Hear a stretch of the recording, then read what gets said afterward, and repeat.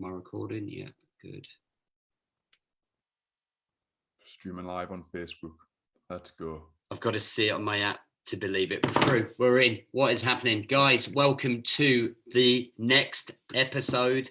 I'm here with my canny, I don't know what that means, friend from Newcastle, living in Barcelona. I don't know quite how they're going to understand you, but I bet it's an experience. Ross, welcome to the It's the State of Mind podcast / show. How are you? Well, I'm good. I'll try and leave out the Geordie words for those who are just struggling with my accent, but I'm used to speaking slow. You look like you're living in a bachelor's pad. I am. It's it's certainly been that. So I'm in Barcelona. I was just on the phone with my mum before checking in with her, and I said it's been without a doubt the best 5 weeks of my life. Amazing. So far. I've had a sick time, mate. It's been quite a time. Amazing. So to give some context, guys, Ross is for me like definitely one of the best PTs in this country. He's a very good friend of mine, and we're going to be talking about nutrition, strength, weight training. As you can see, he's built like a fucking brick shit. Look at his biceps, the size of my body. So I wanted to come on to offer some really strong advice on building muscle, on nutrition, mindset, have some banter along the way. So if you're coming through, please do say hi. Let us know where you're watching from. Let us know if you are somebody that's trying to train to build muscle. If you have any questions, please do ask them. I've got you on my app down here. Oh, it's been an emotional couple of days, but it's good to see a friendly face to talk to and change the subject from what's going on at home with Digby and all of that. So thank you for coming on. Ross, introduce yourself to everyone. Ross Mackenley, aesthetically trained. I normally shout you at the camera when I start all my videos, but I'm on someone else's podcast today, so I won't do that. I am 29 years old. I'm from Alnwick originally.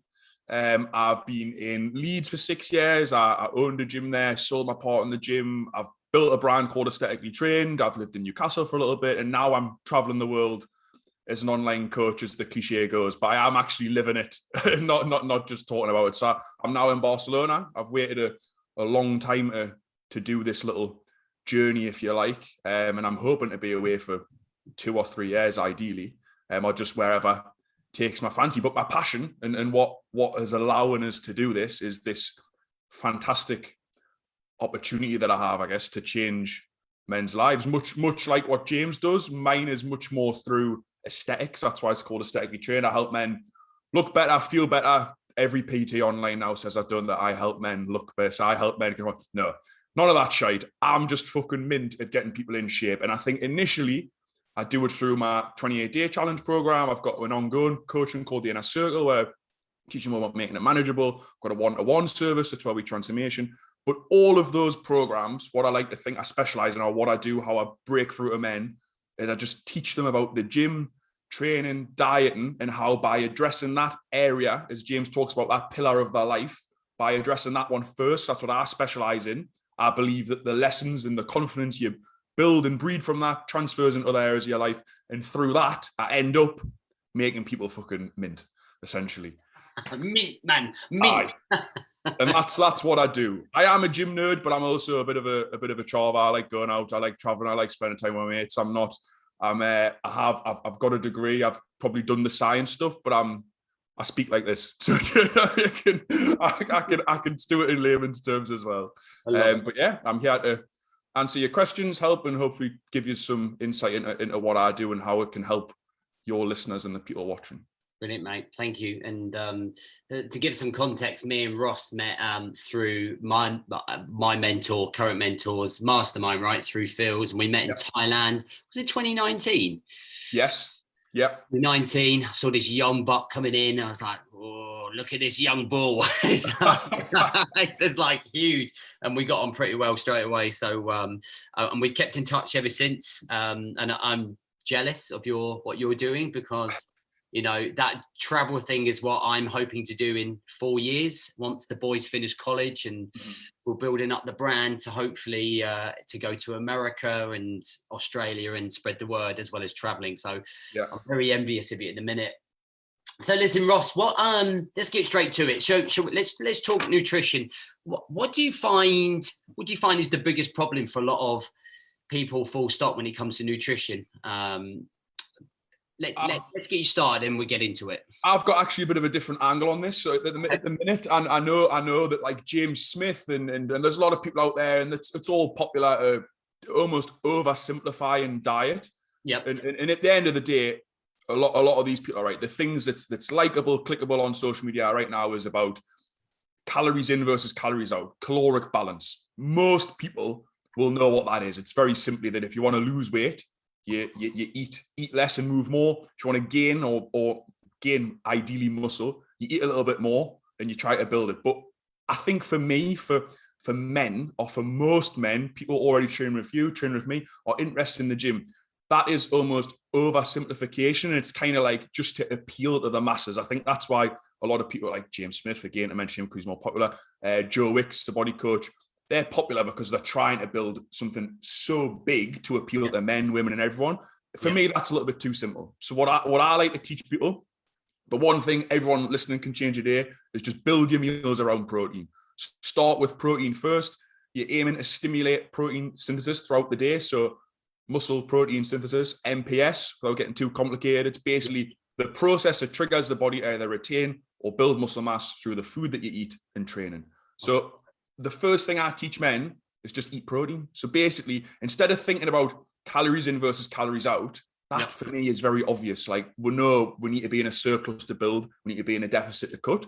And that's relevant for those people though, right? For the people that like James or Joe, those guys, it's the people that they're working with, right? People like you're really looking to get for the people that are working in the gym, right? And building. Yes, more gym, lifting weights, want to get in shape as opposed to just lose weight, like actually build muscle. And I think that if people can address that and just very simply, like when you're eating your meals, most people breakfast, what you have, cereal. Well, just ask yourself, like, well, where am I getting my protein? Yeah.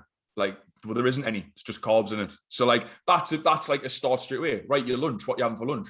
Oh, I'm having a sandwich and I'm having, whatever. Well, actually, that's more carbs. Or I'm having sandwich and fruit, and I think it's healthy. Yeah. Where are you getting your protein in the day? And the key thing with putting protein first and building that first, you're going to have enough of a protein intake to stimulate this process, this MPS, which can be triggered throughout the day. The more times you do that, the more likely you are to be building muscle when you're weight training, and also the more likely you are when you're in a deficit trying to lose fat to retain the muscle mass that you have. Also, protein has a higher satiety, so it means that when you're eating it, it's more satiating, it makes you feel fuller for longer. Protein's the way forward. Fuck caloric balance. I'm allowed to swear. I've swore. Sorry. That is not good, is it? You are on the wrong podcast if you're not fucking swearing on this one. You fucking hell. All right. So, like, protein levels, great. So, how much protein levels should guys be having? Like, how would they? Like, I'm an average Joe. I walk in, Ross. How much protein should I be having a day? So, I mean, everyone is different, obviously based on your weight. That's the first thing, needs to be off your weight. I work in kilos, so I would typically go off, and normally in my programs, I would suggest 2.5 times your body weight. Okay. I'll be honest, that is a little bit high. So say, for example, if you're an 80 kilogram male, I suggest having 200 grams of protein a day. Okay. The reason like, as an example, I know the maths for this one off the top of my fucking head. So 80 times 2.5 is 200. Make it nice and easy. 5 servings of protein in a day of 40 grams in each meal. Yeah. Split your protein evenly. So for everyone, just think like your protein needs to be distributed roughly evenly throughout the day. You might have a little bit more in your evening meal. So that means at breakfast, at lunch, or in any time you're eating in the day, if there's not enough protein, you're not going to trigger this process, which is important for aesthetics, for building your physique, for performance, for muscle. So I would suggest 2.5 for my clients. As a general rule of thumb, everyone, I would go double body weight. But yeah, depends on the listener, I guess, and how serious you want to take it. Okay. So I come in and you say that to me and I'm like, I've decided to figure out how much protein I am eating over the last couple of days. And I'm only eating around 60 to 90. How do I suddenly then go from that to 200? Because that's a lot of a lot of people listening will go, geez, that's a lot of protein in their mind, right? They go like, how do I get that into my body?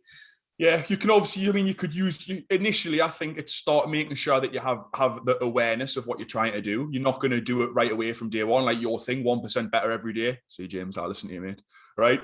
Thinking about that, right? There's a plug for you. When you're thinking about that, right, you're not going to go from, like what you're saying there, you're not going to go from 0 to 100. You've just got to try to get a little bit better. So shakes for sure.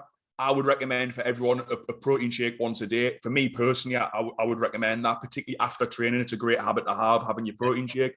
Yeah. Not because of this mythical anabolic window, just because of your total daily protein intake across the day. It's not that by having it post-training or you have to have it within 5 minutes of finishing training. I'm just saying a protein shake is a good idea for your total daily intake. Okay. And then just look at your meals, look at ways that you can top it up, just increasing your protein servings. So like having like, a full chicken breast, a chicken breast and a half, 180 grams of steak, of salmon, and trying to work out roughly what you're having at the moment. Eggs are a great one because they're cheap, cost effective. Tins of tuna. Yeah. At the same time, I think sometimes people's worry is that by eating a lot of protein is going to cost you a lot of money. But there's loads of ways. I mean, eggs for sure for me is a big part of my diet. Tins of tuna. I'm in Spain at the minute. Lots of fish, anchovies, any little fish that I can eat, I'll be eating them here. Okay. Got to do what works for you, but just think, how can you increase? And then from there, eventually, again, if you've got these targets, if you're not measuring it, you're not going to fucking do it, are you? So if you know, like, right, I need roughly 40 grams in a meal, you might get 30 in your breakfast, you might get 50, and most people, generally speaking, will have more in that evening meal because that's just as a culture, particularly in England, that's what we tend to do. We tend to have a larger meal at night with dinner, don't we? Or wherever you are in the country. Because I'm thinking like this, so I'm thinking of the mentality of men, obviously, having worked with them. So I guess a good strategy would be like, if we said, like, listen, the aim is after 4 weeks to get to 200. So let's do 20 a meal first week, 30 a meal second week, 40 a meal, like slowly build up to it. That would work, but what you've got to remember is there's a minimum. So this threshold I'm talking about, this process, if you like, MPS. Call it MPS for short, because every time I say synthesis, I have to really think about saying it. So we'll call it MPS, muscle protein synthesis. That's the last time I'm going to say it. When we're triggering that throughout the day, imagine it like when you're at the theme park and you're whacking that thing with a hammer and it goes up and hits the bell. Yeah. Within your body, based on your body weight, there is a trigger to stimulate MPS. Okay. Very simple. If you don't eat enough protein, you're not going to hit that switch. Okay. So yes, so that's why we kind of need to build up to roughly, a good serving. Typically, you can do, I don't know, 0.4 times your body weight to work out a per meal amount. So say again, let's say you're 80 kilograms. I do that because most men I work with are 80 kilograms. Roughly that's why I use it as an example. Let's say 80 kilograms, roughly 32 grams of protein per meal, roughly, is just a rule of thumb. So you can do it two ways. You can look at the total daily intake and split it up, or you can just say, right, let's try and get 32 grams in a meal. And if you do that 5 times in a day or 6 times a day, you'll be there or thereabouts. But it's about, so to be clear, this is why I say protein first. It's about having enough protein in the meal to stimulate this process. And the reason that I teach this, to finish off on this point, people, the reason I teach it is that whether you're dieting to lose fat or whether you're dieting to lose muscle, this is a fundamental in both scenarios. It's the only thing that shouldn't change, because I wouldn't change your protein if you are trying to lose muscle, trying to lose fat.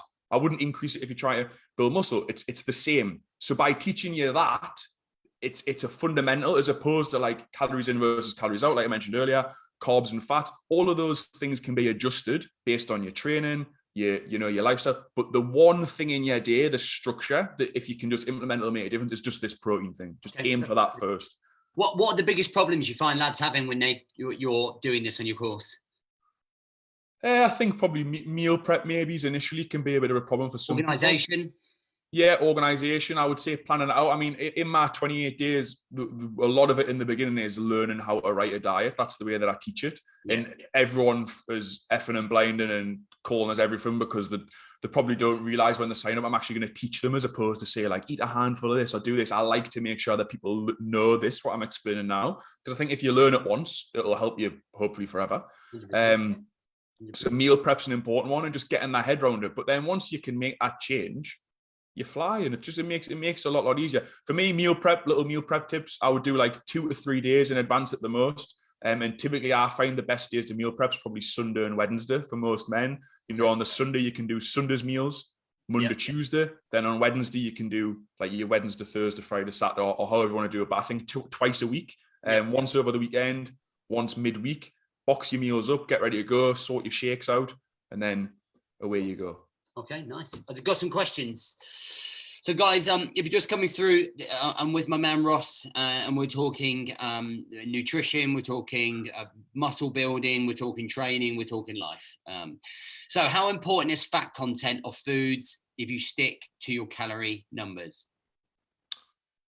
It just depends. It depends on the individual, really, and what you're training for. I mean, your fat content of your food, it's all.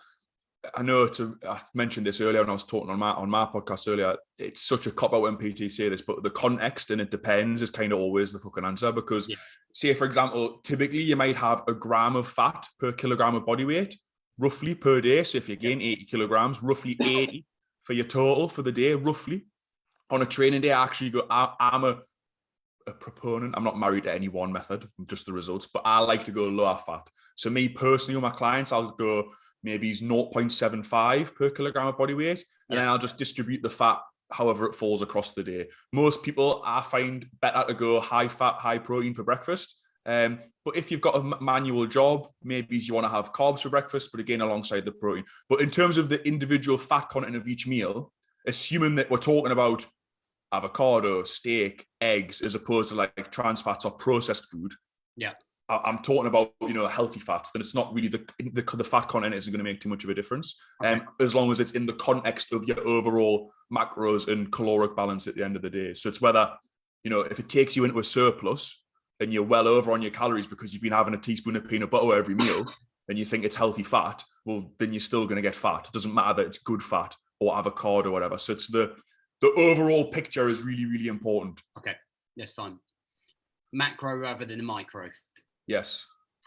I hope that helps, Jan. Jan's asked another question. Is creatine worth including in your supplements? 100%. One of the most heavily researched supplements there is out there now. Well, now actually it's been shown to improve cognitive function as well. So there's a lot of research coming out now in creatine supporting your brain health and performance. But for that, you need a slightly higher dose, so around 5 grams a day.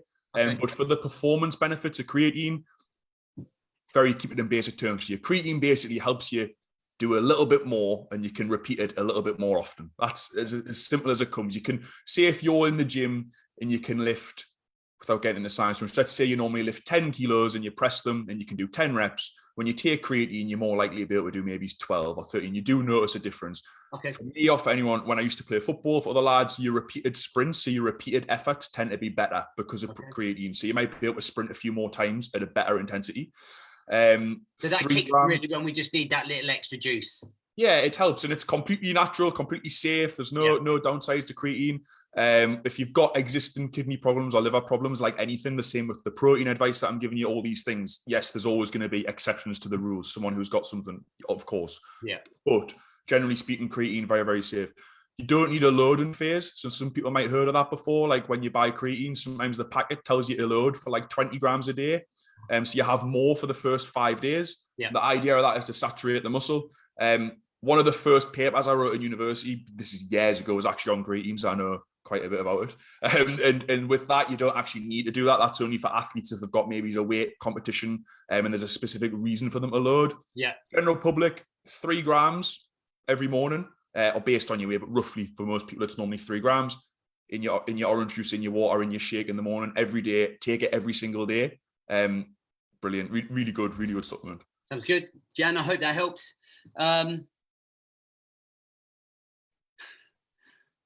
Could you do steak every day instead of protein shake? Maybe I should go eggs, little fish. The steak is good, but obviously for your digestion and also for your wallet. So it's going to be expensive to do it every day. Yeah. And also your digestion. So what I would say is with all your food choices, make sure that you rotate your foods and don't just eat the same things every day, just for your digestibility and your general health. And also think about the impact of each food on you yourself personally. So like if you have a steak at lunchtime or for breakfast, how do you feel for the next couple of hours? You might feel like you're digesting it, might feel a bit sluggish. Yeah. Have it in the evening, probably enjoy it a little bit more. You sit down, you're relaxing, more chance to digest it. A good swap for steak is like a salmon or a fatty fish. So instead of having steak every day, that would probably be what I would rotate it with. And egg, obviously you could put eggs in. Eggs for me would always be for breakfast, pretty much. When I read that comment, I was like, that's expensive. It's an expensive. That's the thing. So the budget is important, but you can make it work. I mean, fish is mega cheap. I think most fish muscle food do good bundles of meat, don't they? Muscle food. There's a lot of stuff now, places like that where you can get it. And I always think a lot of people are starting to diet. And actually, when you mentioned before about my clients, something I always suggest, it doesn't happen enough in the world now because people don't want to fucking talk to anyone, but go to your local butcher and ask for what you need. And if you can have a good relationship with them, you can maybe, you know what your diet is. You go in with a list and you say, look, I need this much steak a week, this much, whatever it is, the chicken, the pork, whatever you're going to have. But if you work your diet out, you know how much protein you need. You could give them the list. They'll bag it up for you and it's done exactly right. You can take it out and cook it. You're not getting it from Morrison's and having a 220 gram steak when really you only needed 160. You don't have to be that precise, but if you've got the opportunity to and you can help someone locally, go see your butcher. That's what I used to do when I lived in Leeds. I used to go to the local butchers and just get them to do it for. That's what I've done here, trying to learn Spanish, going in and ask for like, can I have this much fish, mate? Well, let's start in your sticker. Fucking hell, that's fucking a good banter to listen to you talking to a Spanish lad. I reckon I speak better Spanish than English, I think. Mate, Spanish is something I always wanted to learn, and it's the one thing that eludes me. Every time I sit down to do something, like I have a kid or move a house or something like that, and you're just like, come on, stop procrastinating. I've got to, before I travel, I've got to do it. Yeah. All right, one more question on nutrition, then let's talk about building muscle. Are protein bars as snacks a decent option, or should they be avoided for better options? I mean, so if it's between a protein bar and a chocolate bar, it's probably a better choice. But again, so going back to what I mentioned before, depending on your size, most protein bars have 20 grams of protein. In terms of a better decision, building a fundamental in a day, or maybe adding that structure and possibly adding to a meal that doesn't have a lot of protein, maybe is a good option. But generally speaking, for me, protein bars isn't something I put in my clients' diets unless they really like them. Just because I just think there's better options. Like a protein bar is typically maybe 20 or 30 grams of carbs, 15 grams of fat, 20 grams of protein. Like, they're all right, is what I'm saying. But I wouldn't be building my diet around them. If you're desperate, like... Yeah, like if you're at services and maybe you want to get a protein shake or you want to get and there's a protein bar there, or you know that maybe you're having a meal, a sandwich or something for whatever reason, you just want something to top it up. And again, it's on the context of what your goal is at the time. And also how, for me personally, digestion-wise, whenever I have protein bars, I always feel bloated afterwards as well. So for me, I actually don't eat them at all. No, I think they're rank, man. They leave such nasty. I love protein shakes. Some people don't like protein shakes. I have a protein shake at least once or twice a day. And it's just a really quick, easy way. Even here, that's one of the first things I went and bought from the shop was go and buying protein powder to have with us, because if I wake up, I'm running late, literally before I spoke to you, bought a salad from a shop just over the road, got my coffee, but I knew the salad that I was eating, when I looked at it, I was like, yeah, it's a chicken Caesar salad, but is there enough chicken in that for what I mentioned earlier to stimulate MPS? No. So I'll have the salad, had half the salad and a protein shake, and I can have half the salad again later and with my meal later on. So that's kind of giving you a bit of context as to when I would probably use a shake, or even then I could have used a protein bar maybe. So what we're really having to do here is we're having to change the game in terms of looking at numbers on packaging to realize actually this amount of chicken, this weight of chicken gives me this much protein. And I remember when I did your program, do you know it was a year ago? Is it a year ago? Yeah, exactly a year ago. You've done really good. And I think I lost 4 or 5 kilograms. 5 kilos, you did. You lost 5 kilos. And I was like, in 28 days. The missus was like, fucking jeez. So yeah, it was really good. But like for me, the thing that I did it because I wanted to put myself through it. It's a tough challenge. Oh, it's hard. It's hard. You have to be rigid with your food. And for me, I couldn't live it was great and it worked for me. I couldn't continue it. I was bursting at the seams. And I think balance is something that's really important, isn't it? You've spoken about you're a party boy, you like to travel and eat your food, but I also know how hard you work in the gym. But when you are on it, what would you say to somebody in terms of balance when it comes to all the stuff you're talking about here? Yeah. Then it's causing unhappiness in terms of like I just want a fucking Big Mac, or I want a chocolate bar, or I want to go out on a piss with the boys. How do you identify that balance? I think balance is massively important for starters. But what I would say is that you've got to have followed the rules before you can break them. You've got to have some principles in place or something that you're following to then earn the right earn the right to flexibility. It's very difficult. Like you talk about cheat meals, or whatever, and everyone has different opinions on them. You should factor the foods in. You shouldn't call it cheat. However you want to look at it. For argument's sake, let's say that going out or pizza or your kid's birthday or whatever it is a cheat meal or something off your plan. That's fine, but you've just got to be willing to sacrifice and factor it in. I'm not saying don't do these things. Yeah. Be aware enough, either before it happening, to factor it in. Maybe do a little bit extra training. Maybe adapt your diet. Again, this is what I'm saying. We're protein's constant through the day. So if we're maybe going out on a weekend, the structure of our meals are the same, but we can say, right, look, I know on Saturday I'm going out, so maybe it's the day before. I'm not going to have the carbohydrate part of the meals to save us some calories, to have that balance. Or equally, something happens at work with your partner or whatever, and you end up having a meal with them. You're supporting them, or sometimes like having a drink. You can't necessarily plan ahead for everything, but then the next day you could say, right, well, I had that last night. Maybe I'll take the carbs out or the fats. I'll lower them today. Then maybe I'll do an extra 20 minutes of cardio, or I'll do a little extra training. I believe, and I live it, you can have whatever you want, but you've got to be willing to put the work in. You've got to be willing to sacrifice around said thing, and you can't take the piss. You can't burn the candle at both ends all the time. There has to be some form of give somewhere. I always, as a bit of to help people make the decision, what I kind of say to people is, would you regret not doing it in a year or 2 years or 3 years, or however you want to look at it? Is if it's a life event or something important to you, always do that thing. And then also I would say that when you're on your own, when you're in private, or when it doesn't matter, that's an opportunity to be stricter, to earn the right for the things you want later. No one cares what you eat for breakfast. No one cares what I'm eating this afternoon. But if I'm going to go out tonight and I'm going on a date, or I'm going for a meal, I'm probably not going to eat, I'm not going to have a salad there, mama. I'm going to want to enjoy the food. Or if I'm going to socialise with mates, I'm going to want to have a pint or a drink or whatever. But during the day, I don't need to be drinking full fat Coke in the house at 12 o'clock on a Thursday. What's the point? Do you know what I mean? Yeah, 100%. So it's just really having, and it's all right. It's always like kind of looking ahead, because I always look at the week, like Monday to Friday for a lot of guys is very routine. Whether you're in some kind of routine, right? It's kind of like work, home, but the weekend kind of brings like going out, like on going out on a Sunday for a roast, to kind of like that's where suddenly the bubble of temptation and distraction becomes much more at the weekend. And that's where, like what you're saying there, is like, listen, if you've got an event like a christening or a wedding on Saturday or a barbecue around the buds, plan for that earlier on in the week. That's kind of like what we're looking at, right? 100%. Okay, right, let's move away from nutrition. I kind of think we've got a lot of value there given in that. Muscle building, what are the myths that you hear from guys thinking about muscle building, in terms of I hear a lot of guys, you're the best guy that I know in terms of building muscle. So if I'm a guy, I'm coming to you, I've heard lots of different things on YouTube, or there's so much on the internet about muscle building. And I, this is not actually me, by the way, but I'm just being an example of a client of yours. I'm coming to you and going, what do I need to do to build these guns? Like, how consistent do I need to be? How much weight do I need to be lifting? Because I think for guys, keeping it as super simple as possible is really key, right? And like, if you were to give me 3 or 4 steps to building muscle, what would they be?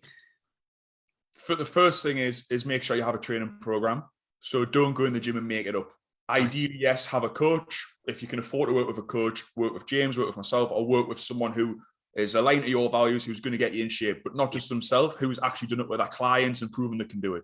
But in terms of stuff, regardless of that, having a training program is massive. Even if you write it yourself, go online, Men's Health, my page, James' page, find some exercise, create a program. That's your first one. In that program, aim to train every muscle, not necessarily exercise. So I'm not talking about bench press or squats here. Every muscle twice per week. Stimulate muscle growth twice per week. So that kind of the classic bro split, or the classic bodybuilder, or your guy in the gym who always trains chest on a Monday, that's all right for the Monday, but you're probably ready to train chest again by Thursday, or your body certainly is, in terms of the muscle being repaired. And that stimulus that I talked about earlier, that can be triggered again. So by not training a body part twice per week, you're missing out on gains. The easiest way to do that, to give people just the simple take-home points, have a training program, train everything twice per week, and I would train 4 times per week in total. So what I mean is I would do an upper and lower split. For some men, and particularly as you're getting a little bit older, maybe your knees aren't there anymore, you don't want to do legs twice a week, that's fine. You could still do a 4-day split, but you could do an extra day on arms, for example. What I would do is I would do 2 upper body sessions and then 2 lower body sessions if you can train legs okay. Yeah. For example, Monday, Tuesday would be upper body Monday, lower body Tuesday, rest Wednesday, Thursday, Friday. Within those 4 sessions, because you're doing upper twice and lower twice, you'll hit everything. That's a very basic beginner split. That's your starting point. And if you do that for a while, you'll notice good improvements, and you're going to be having a more balanced physique, as opposed to most people go in the gym and they train their favorite thing. So they see their strength's getting stronger and their weakness is getting weaker. That's why you see a lot of lads with maybe a big chest or big arms, but they've got no legs, or maybe they're a bit hunched forward, or they don't stand very tall, or haven't got abs, because they're not. If you don't account for when you're going to train calves, they're the last thing you're going to train. Yeah. And the same maybe with your rear delts or your shoulders, or your posture, or your scapular retraction, all these things. So having a training program, hit everything twice a week, and I would aim to train very basic, just aim to train 4 times a week. And if you can do that first, then from there you can. A lot of people train too much, I think, and the training shit, so it's a waste of time anyway. Like you better doing 4 good quality sessions where you cover what I've talked about there, as opposed to I train 5 or 6 days a week. Well, you don't train, you exercise, you're working out. You're going in the gym and fucking about for an hour. It's not training. Like training is having a purpose and having a workout plan. Exercising or working out, or how you want to put it, just exercise for exercising's sake. It's not the same thing. It's going around. That's where bad PTs come into it, and the people go to the gym and they make up on the day what they're doing. Yeah. You don't go to work and decide what you're doing on the day. Do you know what I mean? Or you wouldn't do it in anything else.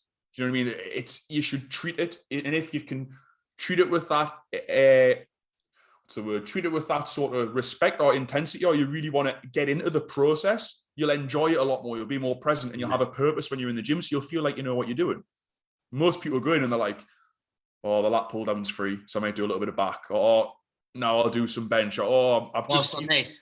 Whilst on it. Yeah. I've just on your phone. Yeah, on your phone. Oh, I've seen someone yesterday doing this exercise. It looked good, so today I'm going to do it. It's not, you're not. And imagine from that the repeated stimulus and what you need in terms of physiologically to improve isn't going to be there, because this arc of training and the stimulus across the week, if you're making it up as you go, it's very. So we need some structure, man. We need some structure and planning. So pretty much like a lot of the stuff I talk about in terms of life, we kind of need to micro that into a workout emphasis, right? 100%, mate. Yeah, 100%. Okay, awesome. So when we talk about quality session, I heard you saying there's got to be a quality session. So I don't know if there's a right or wrong here. This is why we brought you on. So like, there'll be guys out there going, so how long should I be working out for? Like, what is it like? Because I see guys who go and they'll go to the gym and they'll go like, been there for like 2 hours, or an hour and a half. In your mind, and bearing in mind, we're not fucking around in the gym. We're following a plan. We followed your advice. We've got the plan. Boom, boom, boom, boom, boom, boom. Yeah. Is that kind of like a 45-minute thing to an hour thing? Yeah, with a warm-up, I would say maybe it's 45 minutes to an hour and 15. Okay. With a warm-up. What I would say is that if you've got a training program, and you've wrote it down, you want like the minimal effective dose. Like people have heard that before. Like you don't go in and just train like fucking loads and loads of sets and reps straight away. So we've got sets and reps that dictates your volume. So for example, if you're doing bench press and you do 3 sets of 12 reps, you do 12 reps, then you rest. You do that 3 times. That's 3 sets. Okay. Let's say roughly in a session, you maybe do 5 or 6 exercises. So it might be bench press, chest supported row, chin ups, dips, whatever. Pick your 5 or 6 exercises. You do 3 or 4 sets for each one, depending on what kind of training program you follow and what kind of approach. Write it down. Follow. I would budget, I suggest to my clients, about an hour and 15 minutes, because normally a 10 or 15 minute warm up, and plus maybe if it's busy or whatever else. What I would also say with that is, going back to it, is it's the importance of writing it down, because if you write your session down and you know what you're doing, every week that you do it, you get a little bit quicker, or you know what you're doing in terms of your weights. So sometimes if you go in and you maybe think you're doing a new machine or you're doing a new exercise, you can't necessarily always remember what weight you should be using. Then people fuck around for ages warming up, and that's when the quality of the session goes down, because then doing so many warm-up sets, you're not getting the stimulation. So, but if you've got it on a bit of paper, last week I done 20 kilos on a dumbbell press, you go, right, well, I might do one warm-up set at 12 and then I'll get into it. And it's a little bit quicker. So always budget the first week, or when you start a new program, you will be a little bit nervous, or you will be a little bit like, I don't know what to do here. Part of the process, but you beat that by writing it down and improving. And then the next week, you improve. You either add weight or you add reps the next week. So there's a common theme here, isn't there, between the way that we live our lives and the way that we train. Like if we're unorganized in life, it's likely that our health is going to be unorganized and chaotic as well, right? So like I know that I'm coming in to help your lads organize themselves in terms of the structure to fit it in, and you're coming in here to help the lads train within the small byproduct of health. It's structure. Sorry, what you mean. It's structure, and it's what you're encouraging about the 1% better every day. It's in the gym, we'll call it progressive overload. That's the technical term in the gym. But don't worry about, for the people watching, is don't think that that's only with weight. Improving can be the reps, can be the sets. You might be doing the same weight one week, but if you think of the total weight lifted in terms of the number of reps you do, let's say you've got 100 kilos on the bar and you do 10 reps. Yeah. The next week you might not be able to lift 110 kilos, but you could do an extra rep, and then you've lifted 1,100 in total. That's progressive overload. That's improving and just getting that little bit better each week. You write it down, and then eventually you put the weight up, or you do more reps, or you change exercise, or change the method that you're using within the gym. Makes sense. Impatience is a big problem, I think, for many people in the gym. Like, we're fucking training 4 weeks. Where's these biceps? This is not what, like, do you find that a lot within like the job role, within like the industry? Like patience is, like, for me, patience is the thing that I'm trying to teach men is that, look, this is not like a 28-day thing. This is not like a 12-week thing. This is a rest of your life thing. You know, like for me, everything that I do with my health and my mental health and my emotional health is about getting me to 100. Like, I want to make it to 100, and I want to be a fit 100-year-old. So kind of got to look after my body now. Do you find some of your transformations are incredible, but like, do you find that you get people who are impatient with the whole process and muscle building? And I think with mine, to be fair, I'm a bit of a walking contradiction in that sense, because one of my most popular programs is the 28-day challenge. So I'm kind of promoting short, fast, quick fix in some way, but really when people get into it and they know me and the followers on social media, and that's why we have an application process with a call, it's an insight into what's possible with everything right. And the idea is that they shouldn't really be doing that level of training. Like you mentioned, it consumes you. It's a fucking horrible challenge, but it gets incredible results. It's more like an insight into like not a bodybuilding prep, but it's like, if you were an athlete, if you are a bodybuilder, if you are like me a little bit for 28 days and you had everything on your side, you had the group, the support, the diet, the training, here's what you could do in just a short time frame. But the whole point of that is why I do it, is to show people and let them prove that they've got the thing of, well, I've done the 28-day challenge, but then also it's to give them the belief and the breakthrough that a lot of people need to then be happier to go longer term and have a little bit more patience. I think a lot of people in the beginning are making subtle changes to their life, and that's good. But sometimes making subtle changes or just making a few changes here and there, you know that you're doing that anyway, and you expect a bigger change. You overestimate what you're going to achieve through these little changes, through dietary tips, your training, just start in the gym. So what I do in the beginning is look, let's go 100 miles an hour, see if you break or not, see if you can get through it for 28 days. But then at the end of it, you'll learn a lot about yourself. And also then, you know, right, I've got this in my locker now, I can come back to it. But I understand that this isn't sustainable. It's not really possible to do it for anything longer than 28 days, because the real change, and that's what I talk all the time, year on year progression, the real change comes 6 months, 12 months, 12 weeks at best. But my 28 days stuff is very popular, but I actually find, sometimes telling people more and more now, is that sometimes it's not, to say it's too good is a bit bold, but sometimes people get a lot of changes in 28 days and then they're comfortable again, and then they give up, or then they stop, and then they come back down. And I always say to people, and we'll have a lot of men going to my next program, then I circle, and that's where really we see the lasting change, where they hold on to it, where they understand it, where they have the flexibility that I mentioned. And that's where you see the life-changing changes. Anyone watching, with or without me or James, if you're in a calorie deficit and you train, you will lose fat, and anyone can get in shape once. That for me isn't coaching. It's not special. Your local PT teacher on the gym could do it. No disrespect to them. You can do it yourself through sheer hard work and just being a little bit strict with your diet. But to change your life, like James mentioned, to have it as part of your lifestyle for the long term, you need to be more present in the process. And I think learning about it and understanding it and having these principles that you kind of try to live by, sometimes, not all the time, still go on a weekend and drink and whatever else that I do. But to have these things will help you to then both enjoy it and have a physique and a mentality that says, like, I haven't just done a fat loss program or a short-term program. I'm not impatient. You've had the patience to really progress over a longer period. It's rewiring, right? Like the way that I see this, it's rewiring your brain to live differently. You have to position yourself with a different identity. That's a great way of putting it, mate. Yes, 100%. And you're not doing a bitty part. It's like turning around someone who's quitting a cigarette. And I remember Tony Robbins was talking about this once, and he said, if I offered you a cigarette, would you turn around and say, oh, what brand is it? So you're very dependent on, like, are you in the mood to train or you're not in the mood to train? Or do you identify, but you're not a smoker by going, no, I don't smoke. And that's when you've made that rewire to turn around and go, it's not part of my DNA anymore. And that's when I look at people who train. That's how I look at it, is that, like, I think anyone that trains is an athlete. And people will laugh and go, oh, well, yeah, I'm not a fucking athlete. But you train, you try and eat well. You don't have to be a competing athlete at the Olympics, but that's how I want you to identify yourself. Sure. Because then that builds that character, those principles that I am an athlete. Yeah, I train 3 days a week.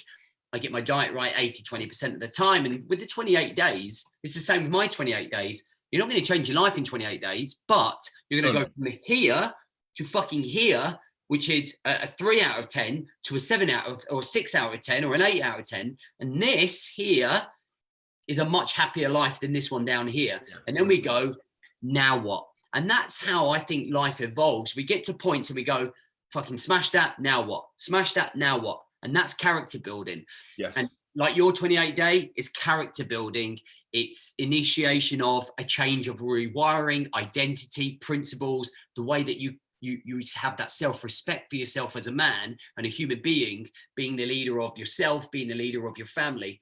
And it all has to start somewhere, right? You think about Royal Marines, 32 weeks of basic training, but you don't learn to be a soldier until you're in a unit or you go to war or you got fucking bullets flying over your head. You don't, that's when we find out what we're made of, when we get past the 28 days. 28 days, fucking every Tom, Dick and Harry can do it, and they can get to a certain point if they put the work in. Yeah. And that tells me exactly who I want in my world to work with, because at the end of the 28 days, it's not a given to come and work in come to our mastermind. We're collecting an elite band of men who are ready to go character build. And and that's how I see impatience and training, right? That those key factors of building and growing, nurturing. For sure. I think breaking your year down, I know you do this, but breaking your year down into maybe 12, I would say, you should see significant changes in 12 to 16 weeks, for sure. But in the first 28 days, it's more about building the habits and the routine. I know you mentioned it before, but just to clarify, just to go back a little bit, for anyone that's thinking, fuck, 4 times a week, there's no way. What I talk about a lot of the time, and it's the same now with this protein thing, what I mentioned before, the training, what's optimal for me and what I teach you will always be the best, because that's what I want to do. I want to teach you the best way. But for every single person that listens to this, watches, whatever it is, you will have your own best available each day and each week. It doesn't mean you have to do it. And it doesn't mean that if you can't do that, you give up. Don't be a martyr. Don't just be like, oh, well, I can't do exactly what Ross said, so I'm not going to try at all.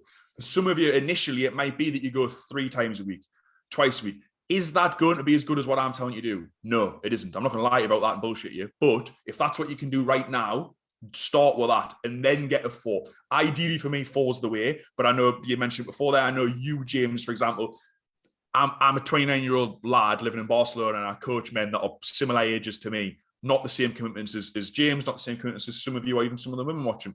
We love training. That's what my brand is. We like going to the gym. For us, 4 times a week in the gym is brilliant. We put it in my diaries, we prioritize it. For you right now, or for anyone, you might not have that love yet, but give it the respect and the time, and you will, but just start where you can start. Don't feel like, oh, these lads, they're not the same as me. Everyone starts somewhere. 100%, man. And like, I've got 4 kids.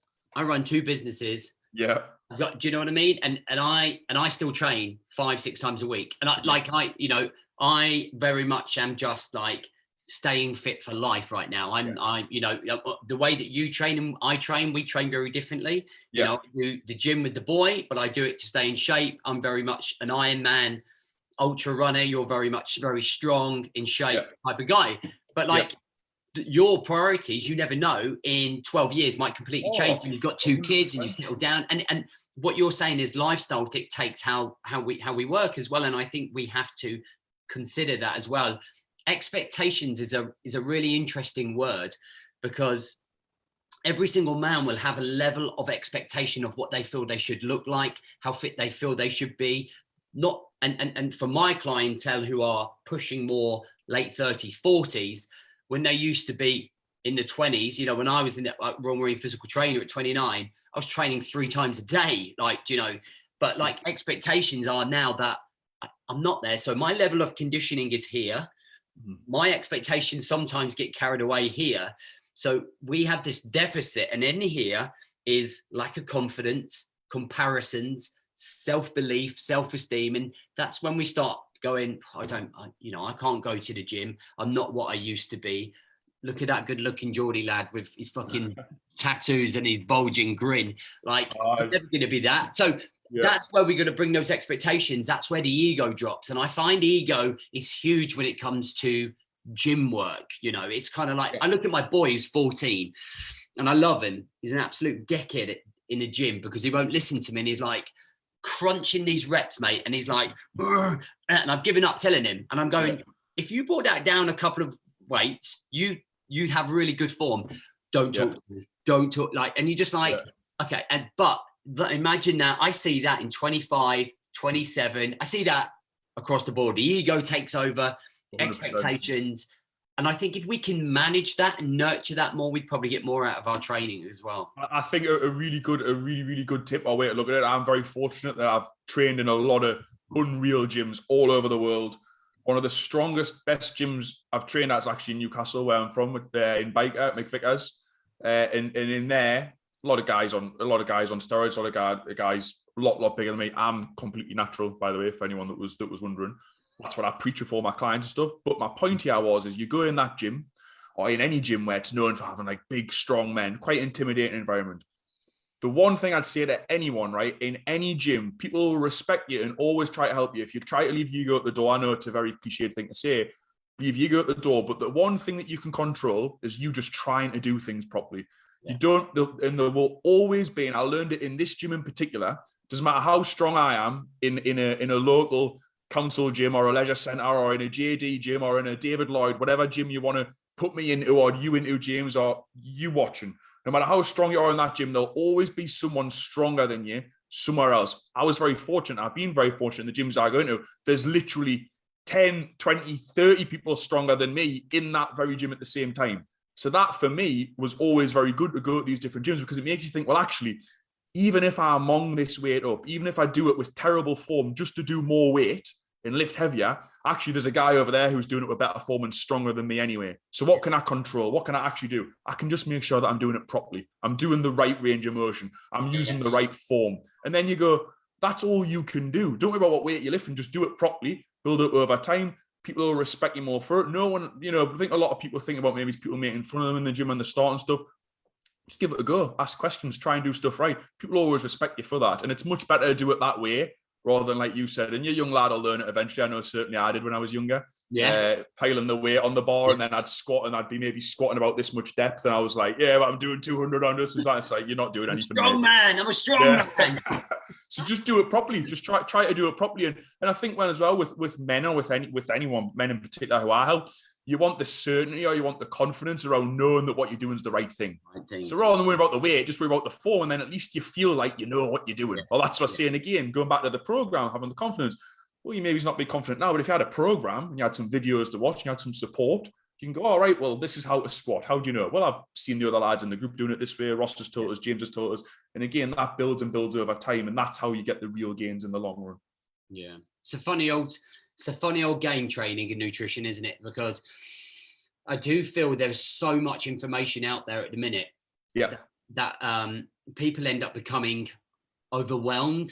Yeah. To the point where like, I don't like, how do I know if I can trust James? How do I know if I can trust Ross? How do I like, and it's very difficult. But I think for me overall, I think both of our games is to improve the way that men and and if women are listening, improve their lives, because 100%. For me, when it comes down to it, health has always been that most important pillar, because like with so much mental health going on in the world, so many emotions running high, I feel that exercise is our way out in terms of managing stress, managing frustration, understanding ourselves better, being a little less angry when we go home to the wife and the kids and stuff like that.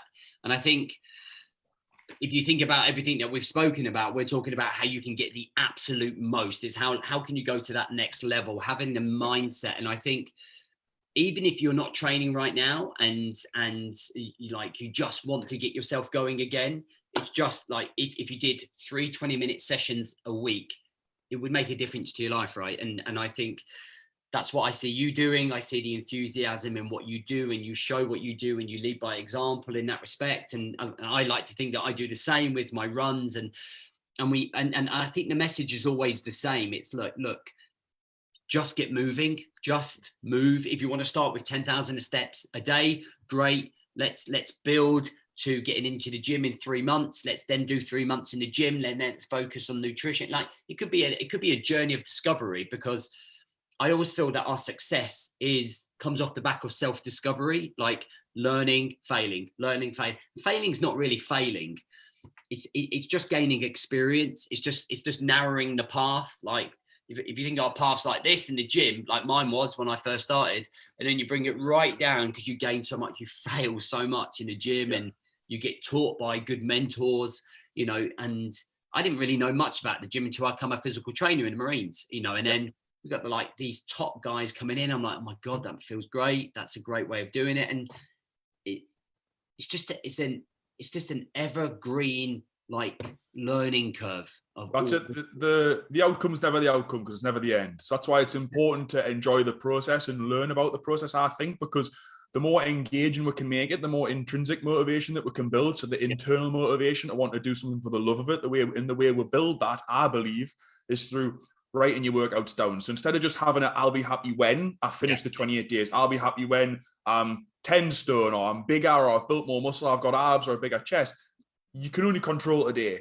Yeah. So in having that, breaking it down into goals, and then you can be happy that you're in the pursuit of said goal. Yeah. Because whenever we're trying to achieve these things, inevitably, if you work with a coach and you work hard, you will achieve it. But then at that point, the goalpost moves, and we've got hedonic adaptation, and it moves forward and forward and forward. So instead, try to embrace the process and love that. Still set outcome-based goals. Outcomes and external motivation, extrinsic motivation is normally why we start. It's normally for the holiday, the wedding, the thing that we're thinking about in the future. That's why we start. But then along the way, the little hidden ways that me and you do it in our programs is probably not something we'll talk about immediately to people, because no one really wants to hear about why they need to build up a love for the gym, or why it's important that but that's how we creep it in. That's how I make them do it. I say, fill the sheets in. And then at the end, they like filling the sheets in. They like getting that little dopamine hit of posting the results in the group, of comparing like this week to last week. And then all of a sudden, you've got a little opportunity to win every day, as opposed to just an opportunity to win when you step on the scale, just an opportunity to win when you get your before and after. It's building up those little wins so that we enjoy each day and we're more present in the process. And that's what gives we the patience that's required for the long-term change of success, because we're actually enjoying the process. 1% a day, 1% a day, every day, forever. Yeah. Right, guys, listen, we're going to wrap up. It's been an hour. If there's any short questions that you have for Ross, stick them in now while Ross lets you all know where you can find him. We will, when this goes on the podcast, we will put your website in. I think you've sent me that. Let me know if this has helped you. Let me know what you think of this. Ask any questions that's here. Ross, if we miss any, you can always come back to the Man Coach page. And I can come back. I'll come back and get in the comments tomorrow. I'm going out tonight, but tomorrow for sure I can come back and. Nice. Yeah, it's my last week in Barcelona, so I'm going out most nights this week to kind of say bye to people and whatever else, and then I'm to Switzerland on Sunday, and then I'm going to Argentina after that. Oh yeah, that's the plan, mate. COVID permitting. So I hope nothing. Yeah. We're like living the dream. Yeah. Right. I'll tell everyone where to find us real quick. Yeah. So, aesthetically trained, Now that's a hard name, a hard thing to spell. So aesthetically trained. You should find us everywhere. We do clothes, but the main thing is the coaching. Aesthetically trained on Instagram, Facebook, everywhere. Or my name is probably, you might find me over. So Ross Mackenley, aesthetically trained. That's why I shouted at the beginning of every video. But we've got Instagram, we've got the website, which is aestheticallytrained.net, where you can apply for the 28-day challenge. But the main place where I upload most of my stuff, share a lot of my life. I am the business and the brand myself. So I share a lot of my stuff of traveling, going out, partying, training. You see both sides. You see me live this life that I'm talking to you about a lot, mostly on my Instagram. I share a lot of Instagram stories. So get at us on there. We've also got a Facebook page, again, aesthetically trained.